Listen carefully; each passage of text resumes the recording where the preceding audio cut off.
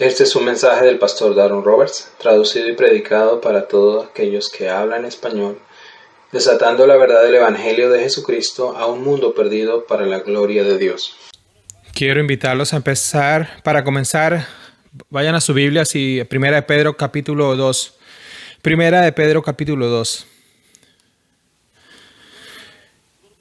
Voy a tener un poco de viaje en este verano y estaré saliendo y entrando de la ciudad. Y estaba buscando la oportunidad de predicar una serie corta a ustedes y contarles el origen de esa serie en un momento.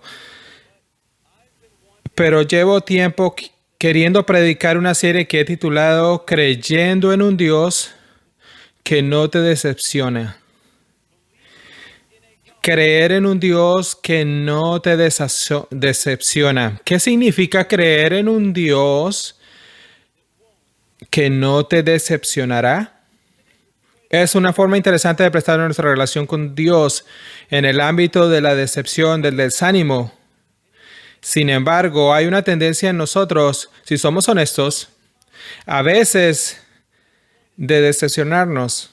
La decepción no es todo pecaminoso, no todo es malo. Vivimos en un mundo caído. Dios sabía que habrían decepciones, sabía que habrían desánimos.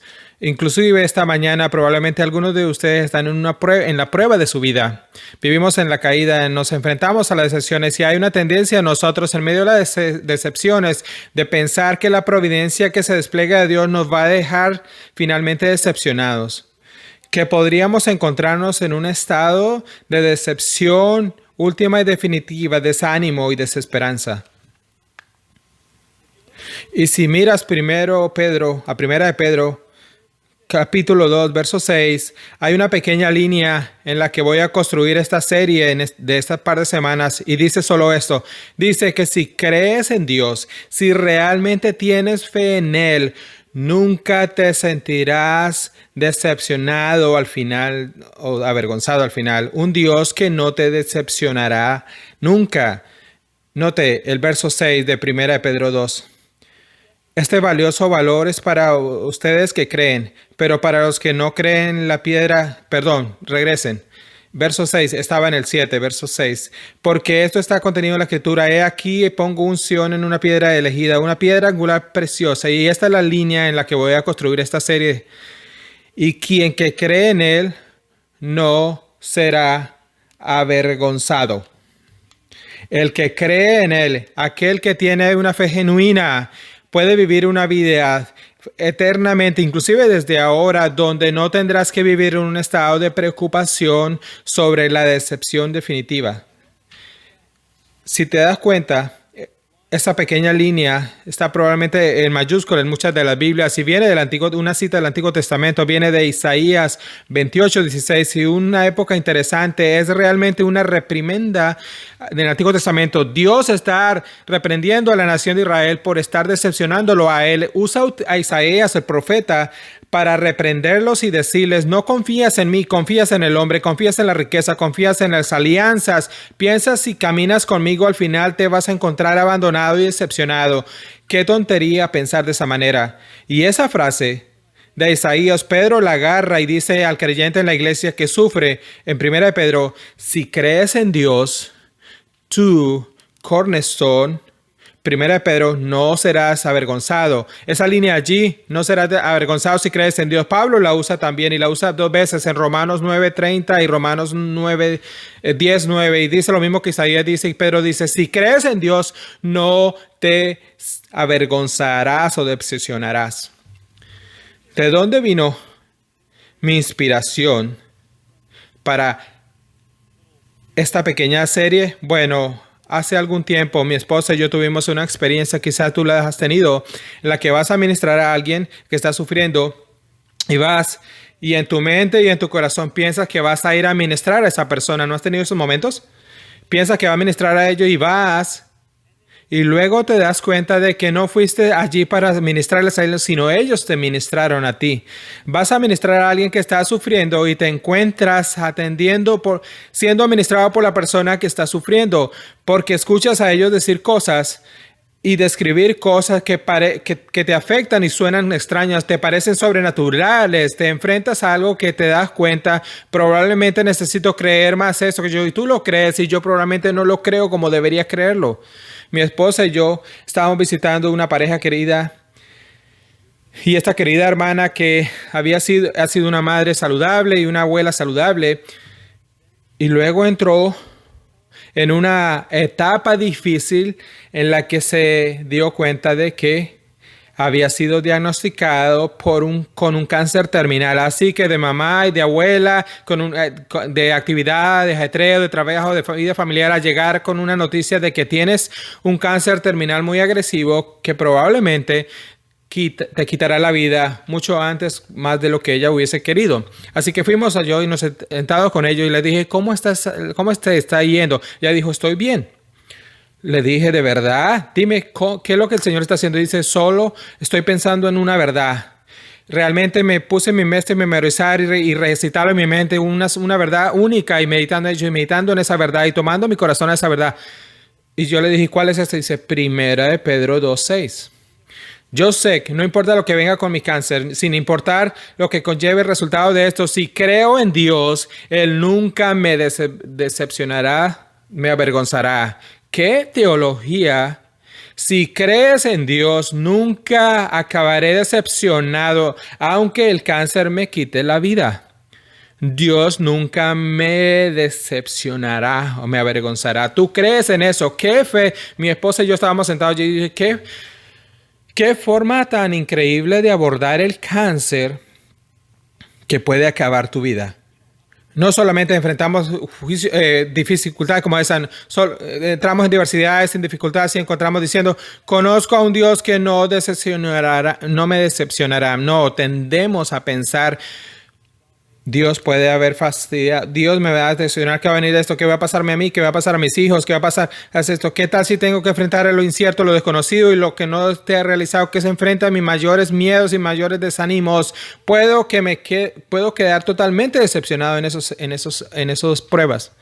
Y eso es lo que tendemos a pensar. Eso es una incredulidad. ¿Sabes? Este lenguaje aquí, tan llamativo si lo miras de vuelta.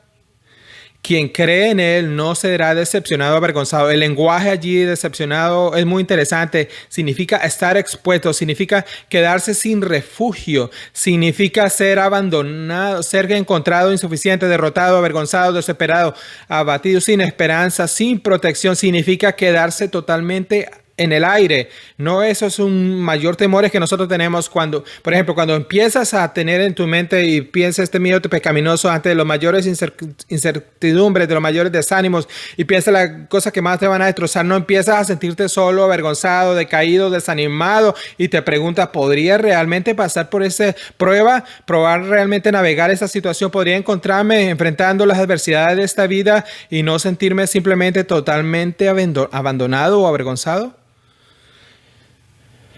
Desanimado, derrotado, sin ningún tipo de protección.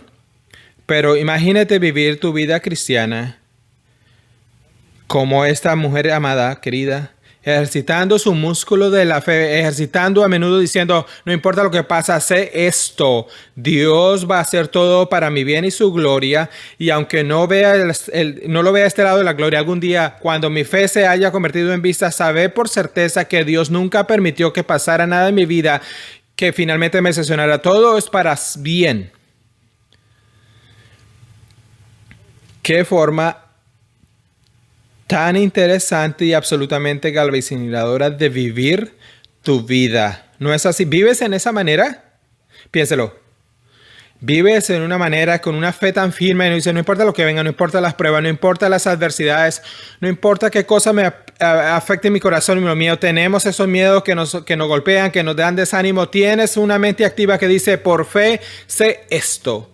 Sirvo a un Dios viviente del cielo y de la tierra y si creo en Él, nunca seré finalmente expuesto, abandonado, avergonzado, nunca seré desamparado, al final sin vivir sin esperanza. Siempre tendré refugio, siempre tendré ayuda, siempre tendré fuerza y aunque enfrente cosas que no pueda cambiar en este lado de la gloria, un día lo veré todo con claridad y nunca me decepcionaré de este Dios.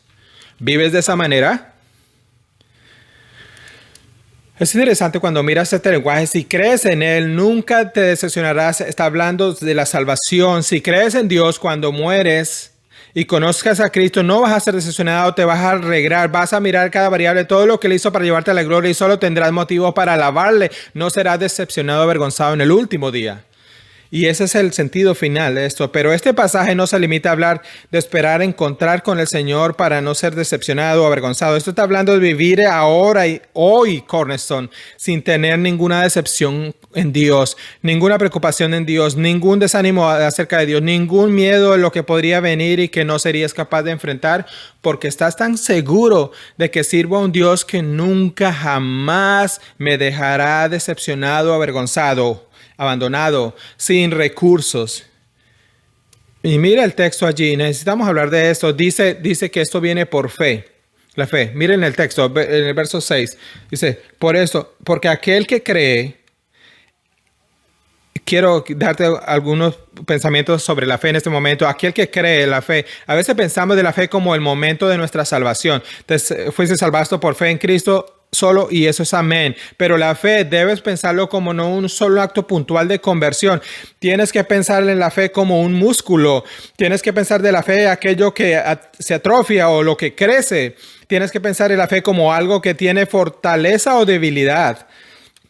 Si ves, está hablando de una especie de tipo de fe y una creencia que te ancla y te fortalece. Renueva tu mente con las verdades de las Escrituras. Crees, te rindes, te sometes a esa realidad. No importa lo que pase, Dios estará allí y nunca me avergonzará finalmente. No importa lo que pase o traiga.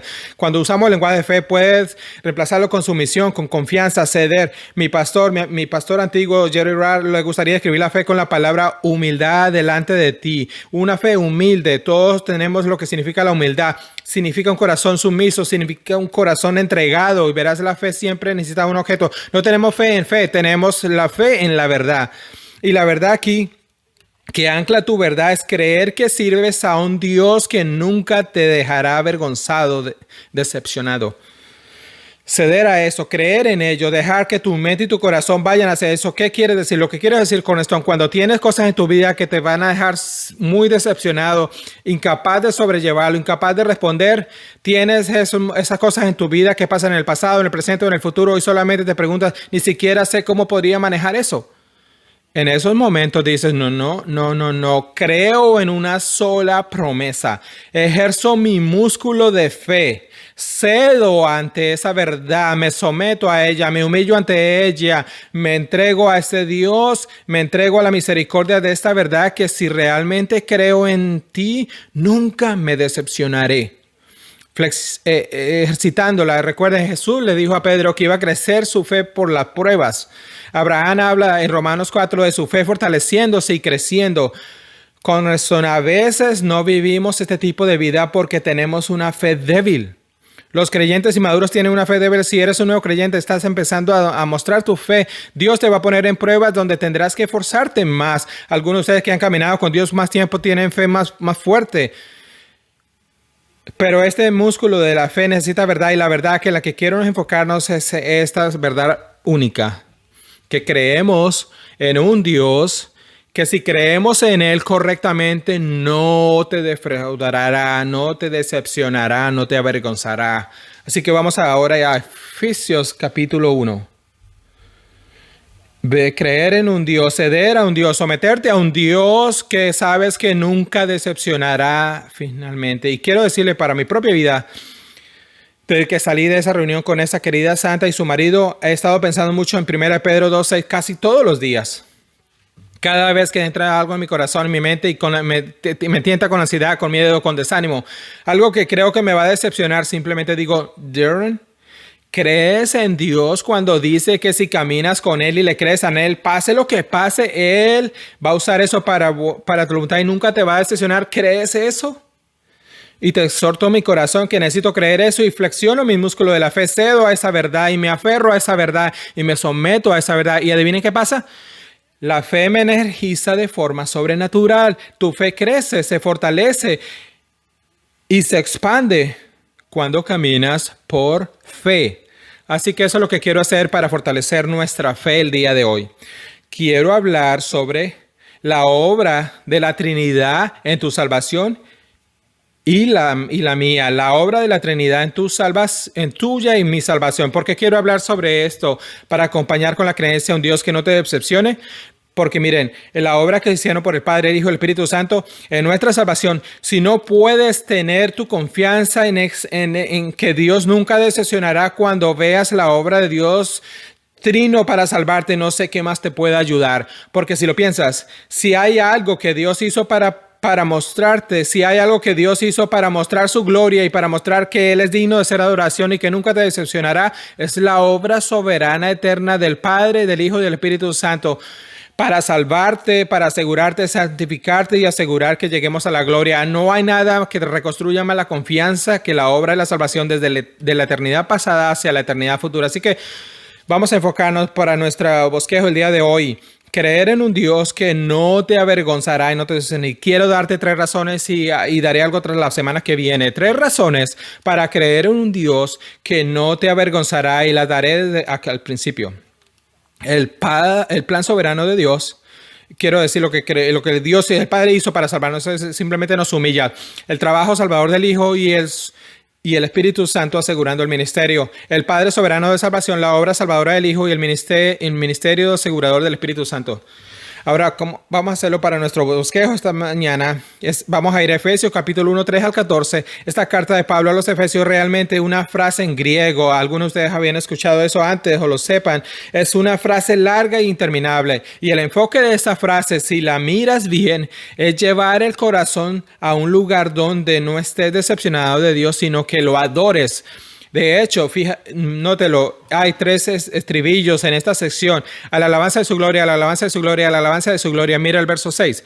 A la alabanza de su gloria y de su gracia. Mira el verso 12. Hasta este final. Él trae estos juntos a la alabanza de su gloria, el final del 12. Véalo en el 14. A la alabanza de su gloria, al final del 14. Así que el objetivo de esta sección es llevarte a un lugar donde no estés decepcionado con Dios ni cuestionándolo, sino absolutamente confiando en Dios. Y la forma en que Pablo lo hace es destacando la Trinidad. ¿Piensas en la Trinidad como parte de cada aspecto de tu salvación? Quiero decir, desde el principio al fin, Padre, Hijo, Espíritu Santo. ¿Sabe por qué bautizamos a la gente en el Padre, el Hijo y el Espíritu Santo? Porque los bautizamos en lo que hizo falta para salvarlos, la totalidad de la Trinidad obrando. Y eso en esta sección, y eso es lo que quiero enfocarnos en esto. Nótelo, quiero mostrarle la Trinidad al principio. Mire primero el Padre, el verso 3. Vamos a ver al Padre, dice, bendito sea el Dios y Padre de nuestros. Allí está el Padre, verso 3. Ahora ve el verso 7, vamos a ver el Hijo. En él tenemos redención mediante su sangre, el perdón de nuestros pecados según la riqueza. Ese es el Hijo. Así que tienes el Padre, tienes el Hijo. Y ahora véalo en el verso 13, tiene el Espíritu Santo. En él también, de escuchar el mensaje de la verdad, el evangelio de tu salvación, habiendo creído, fuiste sellado con el Espíritu Santo de la promesa. Así que esto es lo que quiero hacer, Cornerstone, y escúchenme, esto es lo que quiero para hacer nuestros corazones hoy. Quiero ayudarte a que tu corazón, tu fe crezca. Quiero ayudar tu fe que crezca o se hinche, llevándote a algún tipo de nutrición espiritual. Quiero darte un ejercicio espiritual y mirar la obra del Padre, del Hijo y del Espíritu Santo en salvarte. ¿Por qué? Si esto lo crees, nunca pensará que Dios te va a decepcionar si pasó por todo esto para salvarte. Así que vamos a hablar con ellos juntos. La primera razón por la que puedes creer en un Dios que no te decepcionará, lo llamo el plan soberano del Padre. Voy a leer versos 3 al 5. El amor soberano del Padre, el soberano amor del Padre, el amor soberano del Padre. Mire el verso 3. Bendito sea el Dios y Padre de nuestro Señor Jesucristo, que nos ha bendecido con toda bendición espiritual en los lugares celestiales en Cristo. Porque Dios nos escogió en Cristo antes de la fundación del mundo para que fuéramos santos y sin mancha delante de Él en amor. Nos predestinó para de adopción como hijos para sí, mediante Jesucristo conforme a la buena intención de su voluntad. A la alabanza de su gloria y de su gracia que nos dio libremente en el amado. Así que esta sección que estoy llamando el amor soberano del Padre, Pensemos por esto en un momento. Esta multitud aquí, nuestra congregación, estamos bastante familiarizados con la soberanía de Dios en la salvación. A menudo podemos llegar a ser familiarizados, pero a veces deja que tu mente y tu corazón se fijen en estas verdades familiares y no es muy útil. Nos recuerda lo que hizo para salvarnos. Si algunos de ustedes no lo conocen de la soberanía de Dios en salvación, pero no te equivoques. Tanto si eres nuevo a esta idea de la soberanía de Dios en la salvación y su amor, como si esto no es una noticia vieja para ti, pero sigue siendo dulce, esto debería aplastar completamente cualquier orgullo que quede en nosotros y llevarnos a confiar en un Dios que no te avergonzará. Note el lenguaje de aquí. Comienza allí en el verso 4. Note, dice, Él nos escogió, esa es la elección, el amor electo de Dios. No fuiste mejor, no eres más listo, Dios no miró y vio que eras más digno de ser elegido. La palabra significa literalmente arrancar, elegir, agarrar, ser seleccionado. Una forma que puede pensar así como que dice, tú creciste, algunos de ustedes crecieron en entornos de incredulidad, algunos de ustedes están full de encerrados, algunos de ustedes creyeron corriendo lo que sea canción llamados a una carrera destinada al infierno. Corrías hacia el juicio, nada te lo impedía, ibas a seguir tu pecado hasta tu destino final. Y corrías con otras personas. Y Dios en su maravilloso amor y misericordia te agarró del collar espiritual, te tiró de atrás y te seleccionó mientras los demás seguirían corriendo. Esa es la elección. Ese es el agarre de Dios, el atrapar de Dios, la elección de Dios. Dios te escogió, te eligió. No te despertaste un día y dices, ¿sabes qué? Soy tan bueno y tan acertado, voy a juntar todo y voy a escoger a Dios. No, elegiste a Dios porque Él te escogió a ti primero, punto. Si no te gusta el lenguaje de la Escritura, tienes que hablar con Pablo cuando llegues al cielo. Él nos eligió a nosotros. Ahora, el momento que nos eligió es más, nos humilla más. Miote, nos eligió en Cristo, es decir, en el Padre, antes de la fundación del mundo. Así que antes de Génesis 1 no fuiste elegido. Antes de que la tierra tuviera con certeza fuiste elegido. Antes de que una mortal exalta un aliento, fuiste escogido o elegido. Y note que Él te eligió para ser santo, que sea santo e intachable ante Él en amor. Te escogió para estar separado y ser útil. Y eso nos humilla. Y entonces, note el lenguaje. Si te preguntas qué significa escoger, mira la siguiente línea, verso 5. Él nos predestinó. Predeterminado en el corazón y la mente de Dios en la eternidad pasada. Dios eligió a su pueblo y predeterminó a quién iba a alcanzar, agarrar y salvar. Predestinación. Pero la predestinación no solo fue clínica, amados. No era solo una cosa étera como que el Dios soberano del universo está dirigiendo un tablero de ajedrez como si fuera un partido clínico. Nos predestinó a la adopción, a la filiación. Dios decidió formar una familia y adoptar hijos e hijas. Mírelo. Él predeterminó al elegir el amor, con el amor que eligió para adoptarnos como hijos a través de Jesucristo para sí mismo, la adopción. Éramos huérfanos espiritualmente. Espiritualmente estábamos fuera de Dios. Y como en la adopción Dios fue y te agarró y te sacó de una familia que no era tuya y te incorporó a su familia y te hizo suyo. No hiciste nada para elegirlo, no hiciste nada para marcarlo. No eras un gran huérfano que necesitaba ser adoptado. Él lo hizo. Y esta es la cuestión. ¿Por qué? ¿Por qué la predestinación? ¿Por qué la elección? ¿Por qué la adopción? Bueno, míralo en el texto lo que dice, verso 5, según la intención y la voluntad de su voluntad, su amor, su misericordia. Lo que quiero decir, si hoy estás orgulloso, simplemente te sientes orgulloso o piensas, sabes, a veces es difícil querer en la gente, así que voy a acercarme a la gente porque ellos son difíciles o me siento bastante bien conmigo mismo. Mi tarjeta estadística espiritual debería...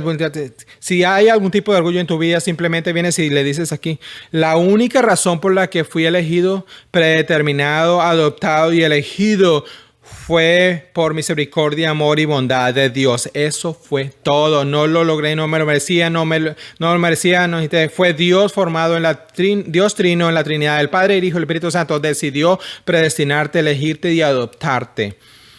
¿Cómo podríamos pensar que un Dios que hizo eso nos podría decepcionar o avergonzar? Interesante. Leí recientemente una cita de un teólogo, no la leí, si quiero que lo piensen, y voy a profundizar en nuestros cerebros en un momento. Cuando está listo para esta cita, Gerhard Voss, un teólogo neerlandés, dijo esto sobre elegir el amor, la predestinación y la adopción. Dijo: la razón por la que Dios nunca dejará de amarte es que nunca comenzó. Reflexiones sobre esa cita. La razón por la que Dios nunca dejará de amarte es que nunca comenzó. Si piensas demasiado en eso, tu mente empieza a derretirse, ¿verdad? Dice, un momento. Eternidad. Piénsalo. Dios no aprendió sobre ti, no te conoció y luego decidió adoptarte y elegirte. No fue el refugio de la adopción, es decir, este es el más lindo, lo voy a escoger a él. No conozco el refugio de eso, creo que simplemente mezclé la libra y las adopciones. Pero tienes el punto del mensaje. Eso no era una crítica de adopción. Creo que la adopción es preciosa. De alguna manera, llegas y buscas y ves a ese niño en el centro de adopciones. La razón por la que Dios nunca dejará de amarte es que nunca empezó la inmutabilidad de Dios. Hablé de eso la semana pasada. Dios no aprende, Dios no cambia, Dios no crece. El carácter de Dios es eterno. Su naturaleza es eterna. Dios no empezó, simplemente Él existe. Eso significa que no descubrió que te iba a querer. Él siempre te ha querido desde la eternidad. No aprendió a amarte. Él siempre te ha amado porque es amor y por eso en su naturaleza desde el comienzo del mundo Dios nunca comenzó a amarte. Simplemente siempre te ha amado. Elección, predestinación, adopción no tenían comienzo, simplemente siempre estaban allí. Lo que significa entonces, el amor de Dios por ti siempre fue. Ahora, si nos preguntamos la pregunta, ¿puedo realmente confiar en un Dios que no me avergonzará? Dios me ayuda a superar esta próxima prueba, me sacará de esta adversidad, me ayudará con este miedo, me ayudará con esta traición, Dios me ayudará con esta muerte, me va a ayudar con este cáncer, me va a ayudar con este niño que está con dificultades, con esta ayuda, con mi soltería. Dios me ayudará a llevar con cualquier cosa que tengas en tu mente. Estás bromeando. Qué arrogante sería una pregunta como esa. Siempre te ha amado por siempre y nunca tuvo un comienzo, siempre fue. La razón por la que Dios nunca dejará de amarte es que nunca comenzó. Amamos a las personas en orgullo, mérito y valor, ¿verdad? Dios nos ama por su propia naturaleza y su propia bondad. ¿No estás aquí, Cornerstone? Si vienes a nuestra iglesia y amas la verdad, y estás aquí, estás aprendiendo y tu corazón resuena con la verdad, y ustedes, los niños que están creciendo en una familia con el evangelio, donde estás aprendiendo la verdad y ha sido enseñada hacia ti, no es porque tú eres genial, no porque tú eres un gran historia, simplemente le daremos.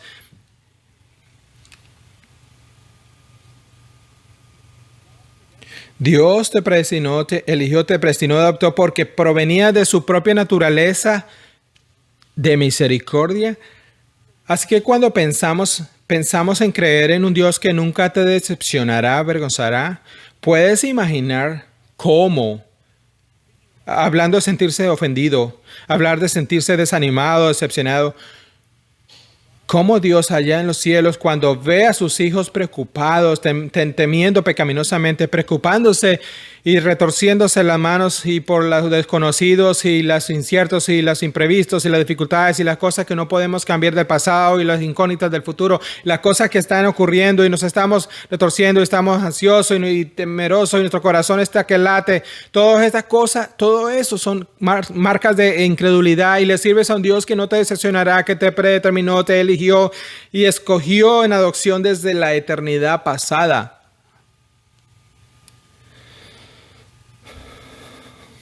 Mire, no digo que es fácil ejercitar el músculo de la fe en esas circunstancias, lo entiendo. Pero lo que digo es que si quieres tener una fe firme y robusta y quieres caminar con Dios contento y con una columna vertebral espiritual galvanizada, quieres caminar con Dios en esperanza, en confianza, verdaderamente como estos son los tipos de verdades que necesita. Cuando empieza a cuestionarte Dios y te va a decepcionar, simplemente detente y dice: Señor, perdóname. Debería considerar la eternidad por un momento, que creo que decepcionarías cuando me amas desde siempre. La primera razón para creer en un Dios que no te avergonzará, decepcionará, es el amor soberano del Padre. Permíteme hacer un comentario sobre el amor soberano por un momento. Amor soberano.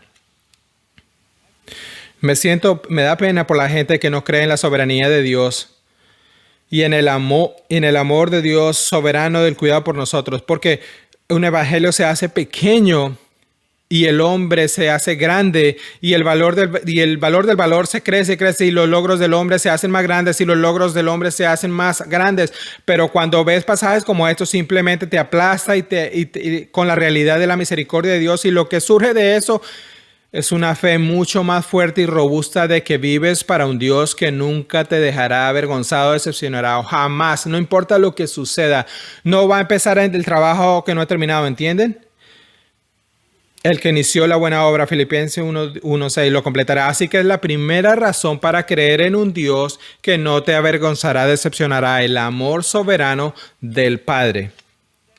La segunda razón para creer en un Dios que no te avergonzará, decepcionará: la obra salvadora del Hijo. El amor soberano del Padre y la obra salvadora del Hijo. ¿No te humilla pensar que la Trinidad hablando de ti en este pasaje?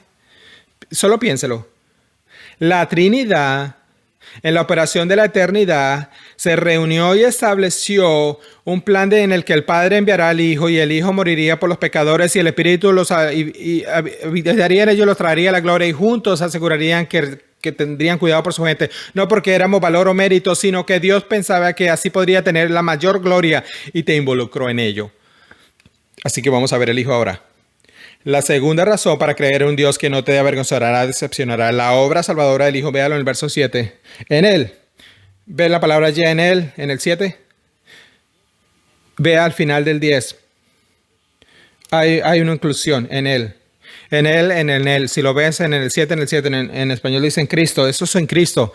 Todo lo que está hablando aquí en el 7 al 10 trata sobre la obra completa de redención que Cristo ha realizado completado para su pueblo. Déjame leer los versículos y luego voy a sacar unos principios de allí. Va en el 7. En Él tenemos, ese Cristo, tenemos la redención mediante su sangre, el perdón de nuestros pecados, según la riqueza de su gloria. Que allí está su gloria, su bondad, el amor soberano, que ha hecho abundar por nosotros. Esa palabra ya abundar, es abundante, más de lo que necesitas. En toda sabiduría y discernimiento nos dio la sabiduría y el bendecimiento de Dios, que nos dio a conocer el misterio de su voluntad, según la buena intención de su propuso en Cristo. ¿Qué significa eso en el 9? Dios te trajo en el misterio de que sea la iglesia de los gentiles y los juicios estarían juntos, y permite que lo veas juntos, y te puso en su plan. Véalo en el 10, con miras a una buena administración en el cumplimiento de los tiempos, es decir, reunirlas todas en el Cristo, tanto lo que está en los cielos como en la tierra, en Dios del Padre, un plan eterno para enviar el Hijo, Dios el Hijo, a morir en los pecadores, y en el momento perfecto Dios iba a traer sus hijos para morir por los pecadores, y en su misericordia te envolvió en ese plan. Podría haberte dejado en tu pecado y te lo habrías merecido, yo también, pero no lo hizo. Pero Él no lo hizo. ¿Por qué? Su bondad. Ve al final del 7, riquezas de su gracia. Y sabes, si alguna le pregunta, ¿eres rico? Podría ser sí. Oh, sí, lo soy. Estoy forrado. ¿Por qué? Por la gracia. No creerías cuánta gracia Dios tiene que darle a este pecador. No te imaginarías lo que costó recuperarme. No habrías creído todo lo que Dios tuvo que hacer. Si fueras fariseo moralista que creció rodeado de moralidad, eres un milagro. Igual tú lo entiendes. La persona más difícil de salvar son los fariseos, porque ellos piensan que están bien. Es el pagano que piensa en un salvador. Es el fariseo que dice, yo solía hacer, eso es difícil. En el evangelio se ven pocas conversiones. Un milagro, aunque necesito un milagro así que haya crecido. Si eres un pagano, los paganos no tendrías problema decir, oye, rico, cargado, lleno de gracia. Dios apareció y me salvó, no lo habría escogido a él, así que sucedió, estaba amando mi pecado, no lo hubiese escogido a él. Ok, qué piedad. Así que vamos a verlo un poquito más. El Hijo y la obra salvadora del Señor. Verso 7, veámoslo. En Cristo tenemos redención. Deténgase allí. ¿Qué significa redención entonces? Redención. Qué gran palabra. Nuestra cultura la usa en todo tiempo y ya todo tipo de películas, música, y todo el mundo quiere usar la palabra redención. Es un término más básico. Significa, ya sabes, que algo que debe comprarse o devolver. Algo que estaba desapercibido o roto o desmontado, o algo que necesitaba ser curado o ser redimido. Pero el lenguaje real del que se basa en el mercado es el lenguaje del mercado de esclavos. Probablemente había 3 millones de esclavos, estimamos, en el Imperio Romano en la época que Pablo escribió esto. Y se basa en el lenguaje del mercado de esclavos, donde los esclavos de esa sociedad tenían que ser comprados para liberarlos del pecado. Deberían ser comprados. A veces podían comprarlo por sus propias, ya sabes, por su propia redención. Otras veces la gente venía y los compraba. Y cuando más valioso era el esclavo en ese momento, mayor era el precio. Y sabes, es diferente de la injusticia malvada que hemos visto en este país y en la Inglaterra.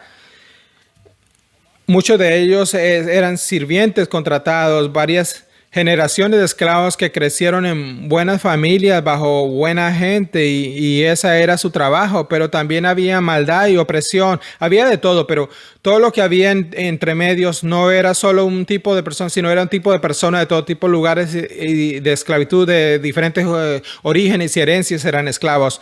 Pero la redención habla de estar en el mercado de esclavos. Estar en el mercado de esclavos, pero el mercado de esclavos aquí no es el mercado de esclavos del mundo, sino el mercado de esclavos del mercado de esclavos del pecado. Tu maestro no era una persona, sino era el pecado. ¿Ves? A veces pensamos, mi problema sobre que necesitaba para ser salvado es que simplemente necesitaba ser salvo del pecado, necesitaba ser salvado del pecado, pero en realidad necesitas ser salvado de que tu naturaleza estuviera esclavizada al pecado. No solo pecabas, eras propiedad del pecado, eras dominado por el pecado, eras esclavo del pecado. El pecado era tu maestro, Romanos 6, o tu amo. Sabes, es interesante. Recuerdan los líderes religiosos en Juan 8, ellos vienen a Jesús y como que, ya sabes, se golpean el pecho y dicen, somos religiosos, somos justos. ¿Quién eres tú, Jesús? Y vienen y dicen, te adoramos, creemos en ti, te seguiremos. Pero escucha, tienes que ponernos en línea con nuestra rectitud. Y Juan 8, Jesús le preguntó sobre el pecado y ellos reprendieron, sí, claro, hacemos un pecado, así pecamos, sí, cualquier cosa, pero sabe, tenemos a Yahweh, tenemos provisión de salvación. Y dijo Juan 8:34, dice, todo aquel que comete pecado es esclavo del pecado. 36, si el Hijo te hace libre, serás libre en verdad. Y entonces lo sorprendió y dijo, no solo eres esclavo de tus pecados, pero Padre, Dios no es tu Padre, sino el diablo es tu Padre, porque eso es lo que Él es. Así que cuando pensamos en la redención, debemos pensar en nuestra alma encadenada por la esclavitud del pecado, y esa es nuestra naturaleza, es nuestra dueña. Y en la salvación, en la redención, Dios se inclina y te saca del mercado de los esclavos del pecado y te compra y te lleva a ser esclavo hacia el Hijo. Y el precio que se pagó está justo aquí. Véalo en el texto. Tenemos redención mediante, verso 7, mediante su sangre, el perdón de nuestros pecados. La sangre fue el pago para que pudiera ser redimido. No solo pecabas, sino que eras dominado por el pecado. Si tú estás aquí y no eres creyente, tu mayor problema no es solo que pecas, tu mayor problema es que tu naturaleza está esclavizada al pecado. No te puedes rescatar a ti mismo, no te puedes salvar a ti mismo, no puedes redimirte a ti mismo, no puedes salir arrastrando de tu foso de esclavitud. Necesitas que Dios alcance la sangre de Cristo y te rescate y rescate tu alma. Necesitas que tu naturaleza sea cambiada, ¿lo entiendes? No solo necesitas rezar una oración, sino necesitas una nueva naturaleza. Puedes venir y orar si te arrepientes de tu pecado, poner tu fe en Cristo, que Dios te puede salvar y cambiar tu naturaleza si te arrepientes. A veces nos gusta pensar en la conversión, que la gente pasara de ser un poco menos pecaminoso a ser un poco más justo. No, necesitas un nuevo corazón, una nueva naturaleza. Necesitas ser comprado del mercado de los esclavos de pecado por la sangre de Cristo, por la sangre de Cristo. El pecado fue el pago fue la sangre de Cristo. Cuando Cristo hizo eso, tu deuda fue eliminada, tu culpa fue eliminada, tu registro de tu pecado fueron eliminados. O sea, es un pecador perdonado, estás libre y tienes la libertad para vivir para Cristo ahora. Ahora, deténganse por un momento. Si el Padre en amor soberano te amó desde la eternidad y envió a su Hijo para comprarte del mercado de esclavos del pecado y arrastrarte en su plan redentor, ¿no crees que eso es una razón para creer en un Dios que no te avergonzará? Dices, pastor, hay cosas que entran en mi vida que son tan decepcionantes y tan desalentadoras, y hasta tengo cosas en las que pienso en mi vida que si no cumplen como quiero, ni siquiera puedo imaginar si podría soportar a eso. Escuche, Dios sabe todo eso. ¿Crees que Él no lo sabe? ¿Crees que el plan soberano de Dios se ve obstaculizado por providencias amargas? No. Tú y yo vamos a enfrentarnos desánimos muchas veces en nuestra vida. Bienvenido al mundo caído, es en el que vivimos. Pero, y si en esos momentos te tuvieras y dijeras, en humildad, fe, necesito pensar en, ¿sabes? Si Dios se cargó de mi redención, Romanos 8, Dios que me concedió la salvación libremente, si cuidó mi salvación y mi redención, ¿no se encargará de todo por mí? ¿Por qué estoy dudando? ¿Por qué tengo miedo? ¿Por qué estoy preocupado? ¿Por qué estoy preocupado? Tengo un Dios redimidor. ¿Cómo podría algo que al final no fuera para bien, para su gloria, para la redención, ni para presumir la cruz, ni para mostrar a su Hijo? Y tú dices, pero no lo veo ahora. Puedes que no lo veas, pero lo verás, y esa es la mejor parte de esta promesa. Algún día todo lo que te confunde ahora ya no será más de confusión. Todo lo que quieras del cambiar de tu pasado no te preguntarás. Toda cosa del futuro que te preocupe no te preguntarás, porque llegas al cielo y te prometo que no vas a ir al Padre y al Hijo en la Trinidad y le vas a decir, bueno, creo que has estropeado tu plan glorioso de traer pecadores a la gloria. No, vas a ver todas las formas, cada sufrimiento, cada pedazo de providencia, cada dificultad, cada difícil, vas a ver todo junto y vas a ver que todo era para la gloria de Dios. Y a veces Dios permite esas cosas ahora, ¿verdad? Regularmente miramos las cosas en nuestra vida y pensamos, bueno, si eso no hubiera pasado, ni siquiera será convertido y no siquiera se cansado, ni siquiera Dios estuviera aquí, ni siquiera tuvieran mis hijos conmigo. Dios nos da detalles de eso, de esa obra redentora, pero en el cielo todo estará claro. El cielo lo vas a ver todo. Y por eso que creemos un Dios que no te avergonzará o decepcionará. 2 razones para creer un Dios que no te avergonzará: el amor soberano del Padre y la obra salvadora del Hijo. Tercera, el ministerio asegurador del Espíritu Santo. El ministerio asegurador del Espíritu Santo. Véalo en el 11 al 18. Vamos a hacer algunas observaciones. También hemos obtenido una herencia, habiendo sido predestinados según el propósito de aquel que ya lo vimos, ahora todas las cosas para el consejo de su propia voluntad, es el amor soberano de Dios también, a fin de que nosotros que fuimos los primeros en esperar en Cristo, seamos para alabanza de su gloria. ¿Qué significa que lo primero que esperamos en Cristo? Pablo está hablando de los primeros creyentes que pusieron su fe en Cristo frente a estos creyentes efesios que habrían sido creyentes posteriores. Todos los creyentes tienen la misma esperanza en Cristo. Y luego, noten el 13, en Él también ustedes, después de escuchar el mensaje de la verdad, el evangelio de su salvación, y habiendo creído, fueron sellados. Allí está el lenguaje de la fe. Fueron sellados en Él con el Espíritu Santo de la promesa. Tengas allí, fuiste sellado con el Espíritu Santo de la promesa. Y luego miren el 14, que nos has dado gratuitamente como nuestra herencia.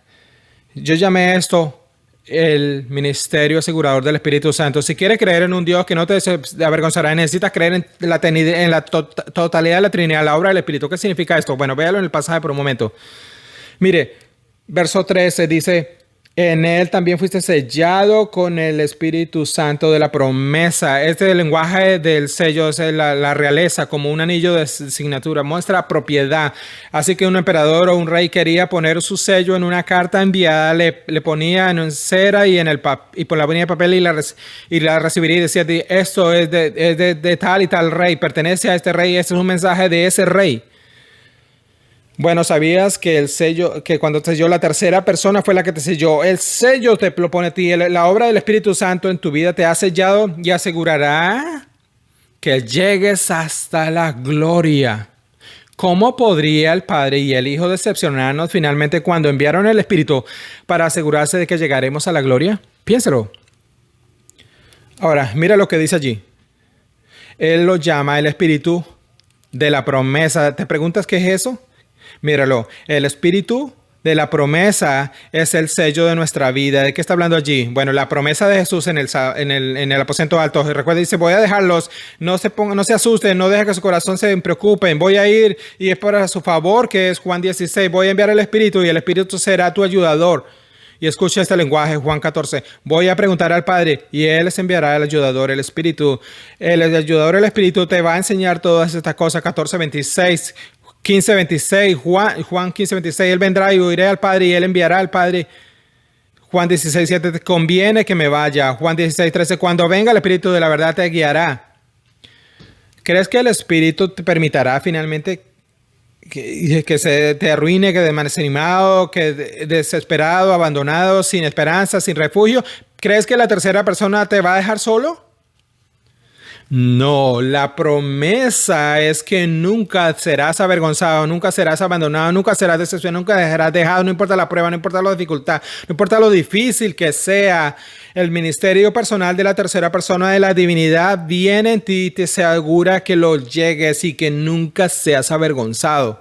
¿Crees eso? Porque si lo crees, entonces esto cambiará tu corazón y se hinchará. Bueno, dice: puedo enfrentar cualquier cosa con el Señor. Somos tan débiles en la fe, somos tan blandos con nuestra fe, somos tan asustadizos, preocupados, inquietos, nerviosos y llenos de ansiedad, simplemente que pecamos todo el tiempo. Yo también, confesión aquí, es una fe difícil, no crees estas cosas como deberías, como yo debería, pero deberíamos creerlo. Tenemos la promesa del Espíritu Santo, véalo ahí en el 14. Dice, mire lo que dice, que nos ha dado como una redención de la posesión. Ese es el pago. El cielo ha instalado residencia en ti para que comprendas plenamente la gloria. ¿Qué significa eso en el 14? Tienes cosas en tu vida que hace el Espíritu Santo, ¿no es verdad? Él te anima, Él te ministra, incluso esta mañana Él te está fortaleciendo. La verdad que administra en tu corazón, ese es el Espíritu Santo. Te da poder sobre el pecado, te da esperanza, te da ánimo, te ilumina, te guía. Ves al Espíritu Santo actuando y estás tan agradecido por eso. Bueno, ese es el pago por iniciar. Cuando llegues al cielo, el trabajo espiritual será sin obstáculo. Todas las cosas que disfrutas acerca del Espíritu, cuando llegues al cielo, estarán completamente a la vista. ¿Crees que Dios te va a decepcionar si ese es su plan? Sabes, he estado pensando en estos puntos. En mi propia vida, confesión, me he estado diciendo: Darren, ¿de verdad crees esto? ¿Confías en estos? Porque cada vez que hay miedo pecaminoso o depresión, estos momentos de depresión nos llegan, son momentos de fe débil. Lo son, todos tenemos. Nuestra fe necesita crecer, necesita hincharse. Toda la semana, algunas veces tienes una mañana y dices: ¿qué oscuridad ha golpeado mi alma? Necesitamos fortalecer nuestra fe y esta semana estaba pensando a Charles Spurgeon, ¿saben? Conocen a él, que su alegría, su ingenio y su risa, su humor, el gran predicador del tabernáculo metropolitano. ¿Sabes cuál es uno de los temas sobre los que más escribió que cualquier otro hombre en la iglesia? Sus propios episodios de depresión, desánimo y desesperación. Incluso escribió en su obra perenne, Conferencias para mis estudiantes, para futuros ministros pastorales, un capítulo titulado Los desmayos del ministro. He sentido esas situaciones en las que te enfrentas y te golpeas en la oscuridad del alma en una batalla espiritual y estás en la lucha de tu vida intentando creer en un Dios que no te avergonzará y ni siquiera sabes por qué todo el tiempo. Simplemente estás peleando, estás bajo ataque, estás enfrentando condiciones difíciles. Mire lo que dice, es por lo que dice. Los ataques de depresión nos afectan a la mayoría. Por muy alegres que seamos, debemos ser arrojados a intervalos. Los fuertes no siempre son vigorosos, los sabios no siempre están preparados, los valientes no siempre son valientes y los alegres no siempre felices. Luego dice de sí mismo, soy objeto de una depresión espiritual tan temerosa que espero que ninguno de ustedes reciba alguna vez expresiones tan extremas de miseria como yo.